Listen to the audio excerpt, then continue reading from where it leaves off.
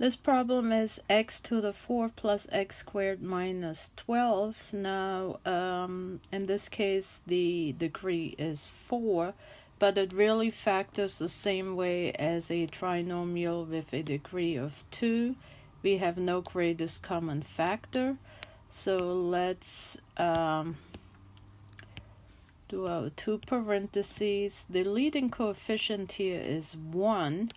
So we not necessarily have to do a C method per se. When the leading coefficient is 1, we can go ahead and put our first terms here, and x to the 4th, we can factor that into x squared and x squared. X squared times x squared is x to the 4th.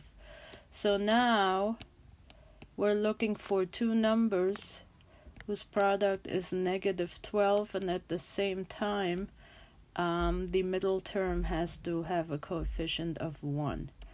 And in this case, the numbers would be 4, positive 4 times negative 3 is negative 12. 4 plus negative 3 is a 1. So all we have to do now is bring those numbers here into our parentheses. Positive 4 minus 3.